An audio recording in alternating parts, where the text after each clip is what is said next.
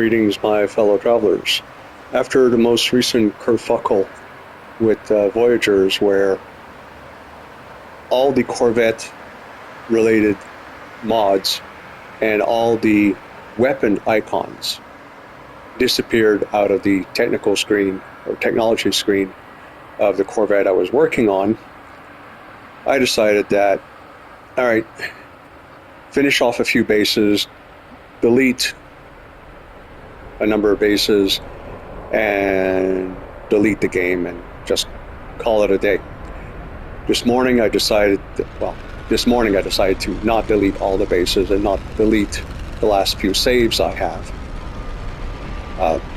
because some of the bases are really spectacular. And I'm going through the bases, and this one in the past has been problematic because the grass would grow through, but at one point I took a few minutes and I forgot I'd done that and managed to raise them just a little bit higher than the granite platform. Therefore, not a single blade of motherfucking grass has gotten through. And I find myself unwilling or unable to delete it because it's just spectacularly goofy. So, I'm gonna delete Alpine Meadows, in part because I just haven't gotten around to finishing furnishing it, in part because it's just a couple of A-frames and there's a teleport ring. Oh, that goes upstairs, right?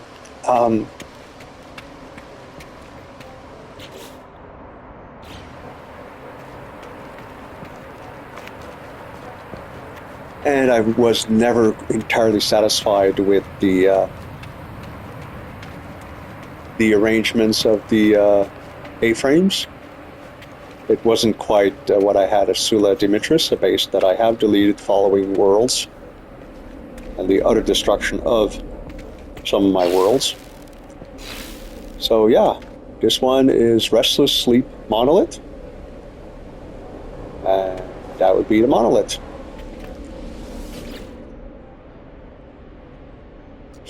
So this one here is going to go. This one, again, is somewhat fantastical. And having recently finished furnishing it, I don't want to. This one is just, sorry, I've deleted too many pyramids. This one is low orbit or very high altitude. Probably more high altitude than low orbit.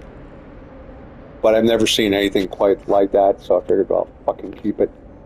I'll delete the game, but not delete the bases or the saves. So if I ever hear that they fix a number of issues with the game, I might reinstall it a couple of years from now and give it a whirl. And I hate to destroy everything.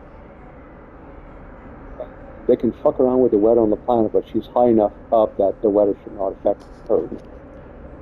This one is inspired by Spoon because that, where the cursor is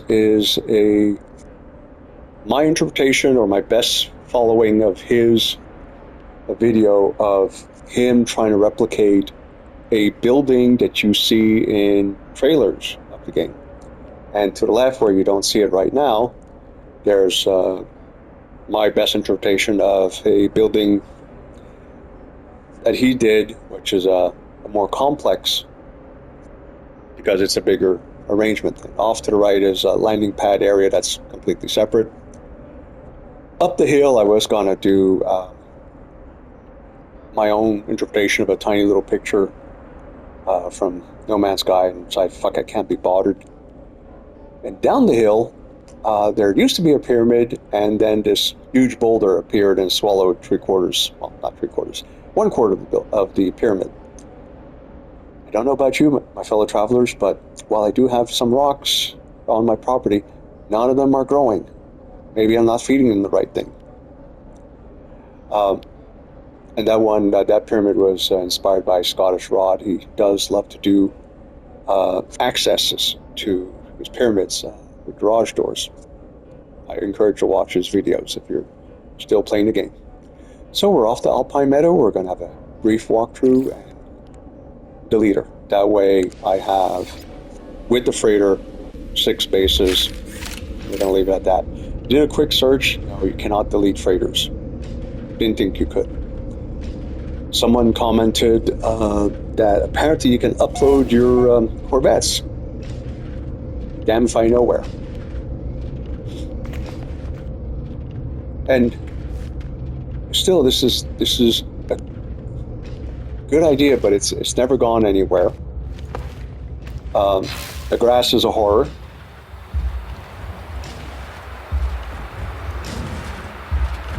This one is just a little bit too big compared to the other ones, and technically speaking, it should be over there. But I started this one a little bit too much to the left.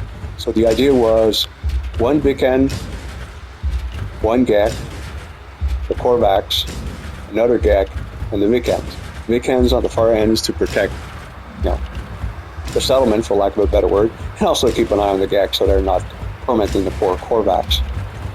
This one would be the Overseers, and how can you tell, or what gives it away, is unlike the Farmer, where it's pretty much all wood except for the foundations, it's metal, wood, and stone.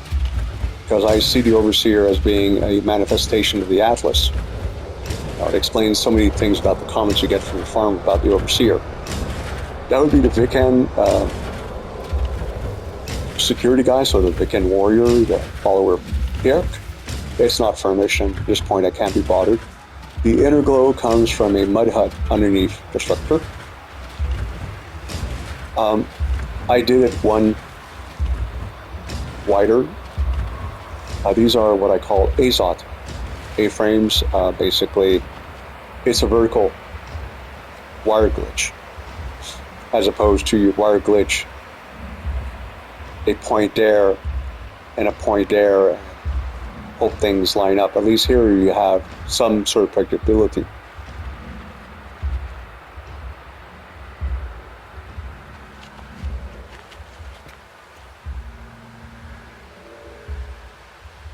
So, as he is the exocraft technician, here's his office right next to his garage,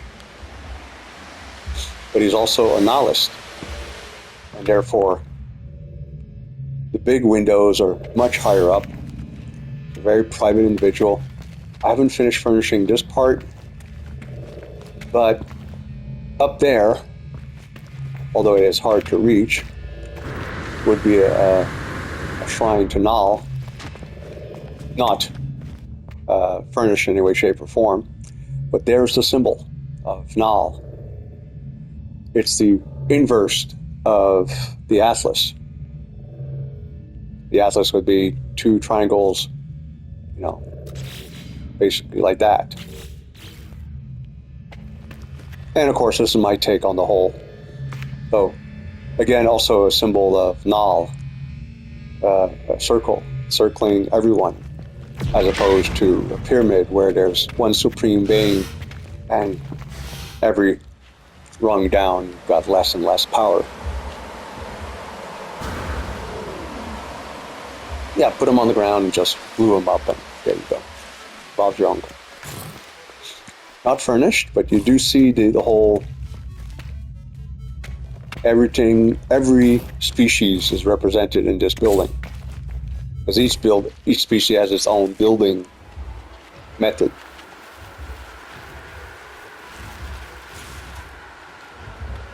Technically speaking, this is as big as the garage. Sorry, the exocraft priest, but it's twin layered. So, symbol of the Corvax. Scheduled. And yes, I mean, it's all about the science. There's not even a bed. A bunch of instruments for the weather. But oddly, there's music. But music is mathematical, thus very logical. And the farmer deck. This is wild. I mean, I did it by accident the first time, and it was a nightmare to make them overlap properly. Here it was intentional, and it was still a nightmare to get them to overlap properly.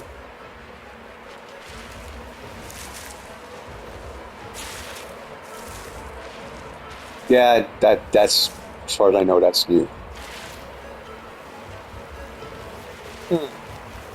Why does it look like it's at an angle? It must be an optical illusion. In the original, there would have been a bunch of single hydroponic trays, a small bed, a bunch of shelves with flowers and plants. I bought a game for the Xbox. It's an architecture game. I'm going to give it a whirl.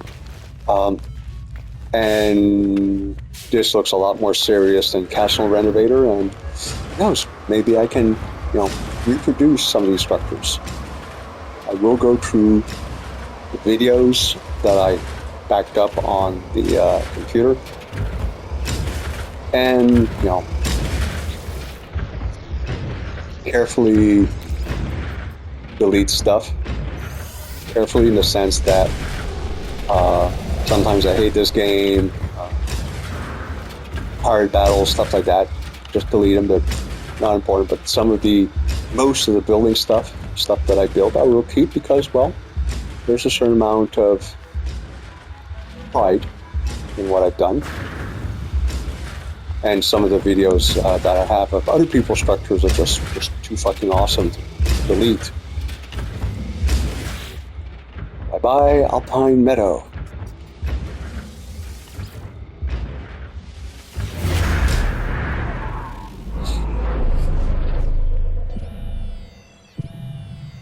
Huh, look, I have a visitor.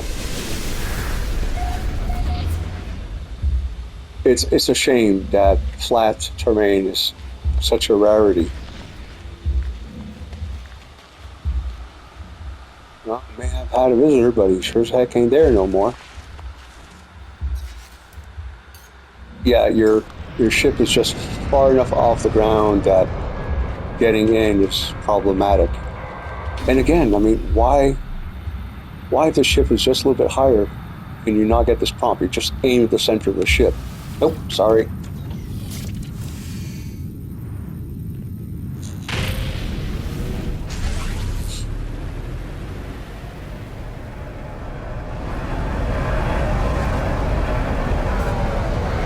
Yeah, what prompted the whole acceleration of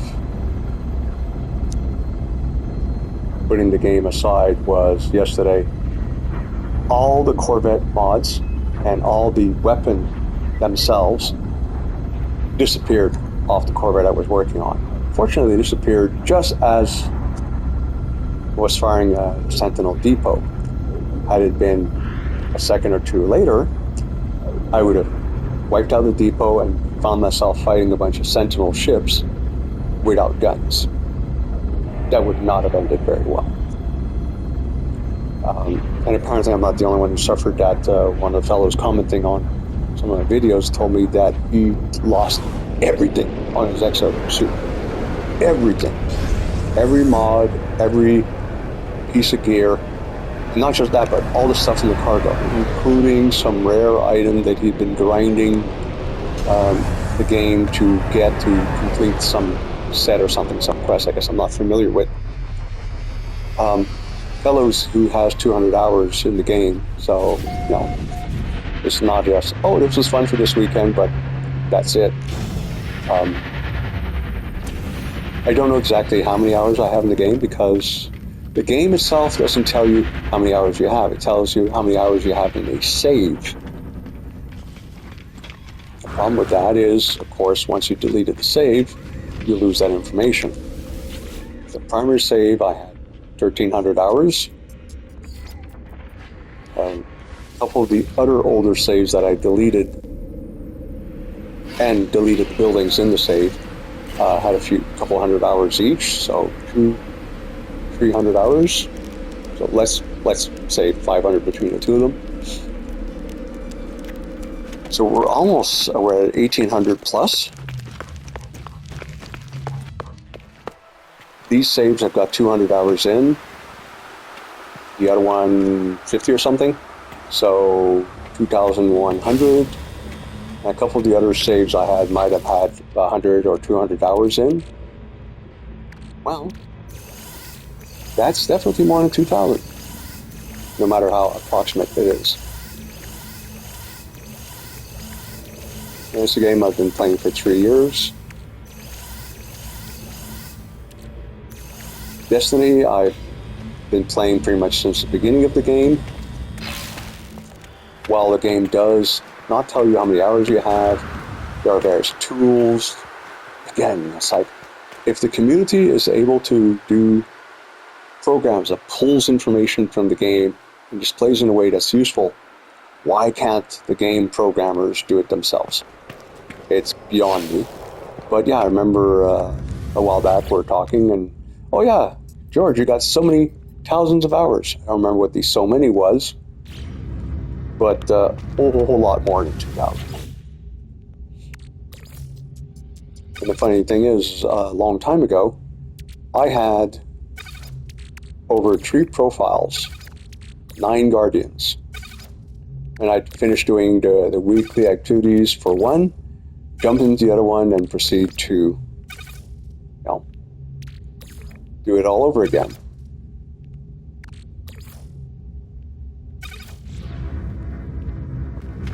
But that was before they decided which strikes you could or could not do, what activities you could or could not do.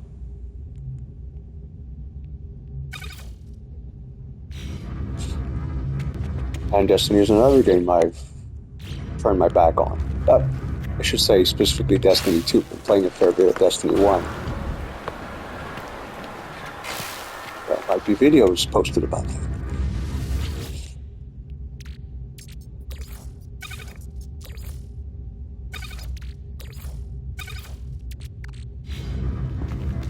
And this is inspired. And I will make a thorough and proper walkthrough video once I finish furnishing the last edition. There was a couple of biodomes right in front of the building. I wasn't crazy about the arrangement. And I might just go back on, didn't install them. Well, I might just go back on that decision and try to install them, although maybe a little bit higher as opposed to, because the ground unfortunately is sloping towards those biodomes, and if I put them the way Spoon did, they'd be half buried. In a moment somebody would come and have a look or stumble upon the base. It's like, yeah, it's too bad, but his stuff is half buried. Yeah. Anyone who's watched enough of my videos has heard me bemoan the fact that I can't explore somebody's base because half of it is buried. Well, if you're going to say things like that, you better make sure your base is clear. Alright, and I'm off to sell this stuff unless I... Where the fuck's my ship?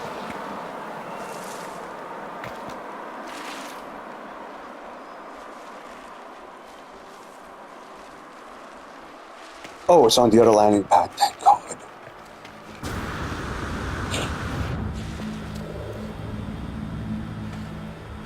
Yeah, the other landing pad is part of the other structure over there.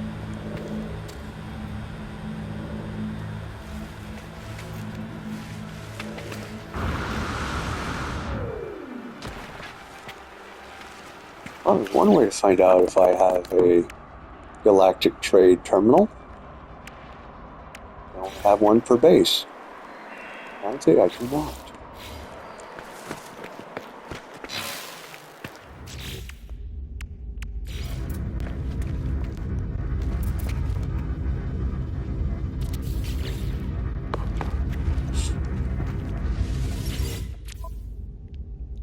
And since I'm just trying to get rid of stuff as opposed to make a profit, the original save, I had 4 billion credits.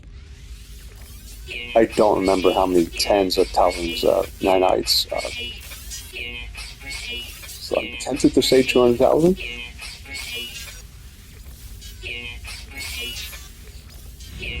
mean, when you have biodomes, I forgot to collect the nip from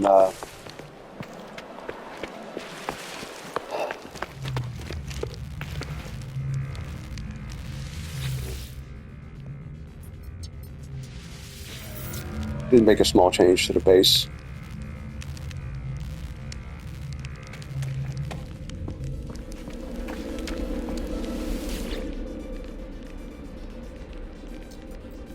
Restless Sleep.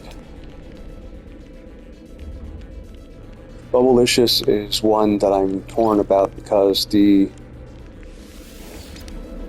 Outer Worlds 2, or the one afterwards, introduced rocks erupting from the ground with considerable force, and on a volcanic planet, on a planet that's fissured, on a planet that's coming apart, on a planet that's merging with another planet, it would make sense.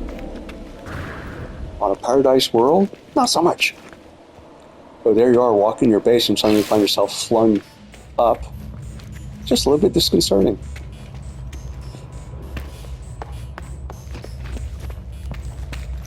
I suggest lowering the volume on YouTube just a little bit. And if you've got earphones, pull them away from your ears because this is going to be loud.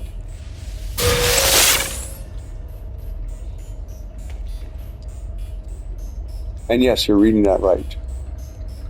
35. So they probably have 3 nips per spot.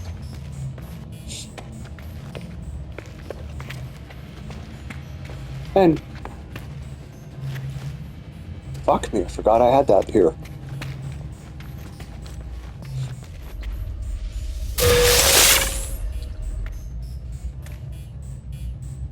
Okay, so that's deliberate. And 35 and 35, and that's 140, and I believe I had some other base where I had like 10 planters. So I would come here and go to the other place and 150 nip, go to a space station, sell them, and well,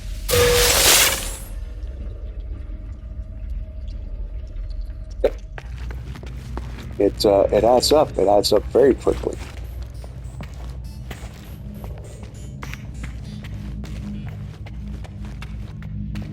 Come to think of it, I should be working my way. No, I am working my way the right way, because you come out of the arm, you do a right turn, you get into the arm, you do a left turn. It's just a little bit disconcerting.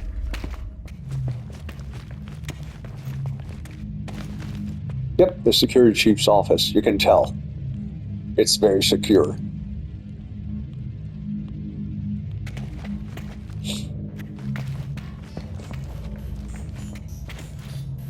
And yes, if you look, they actually have directions. Having installed it, I really didn't feel like reinstalling it. So, put an arrow on the ground and that's it. Well, my fellow travelers, I hope you enjoyed the unexpected tours. And one of these has nip in them. Wish me luck figuring it out. Cheers, my fellow travelers. This is the end, beautiful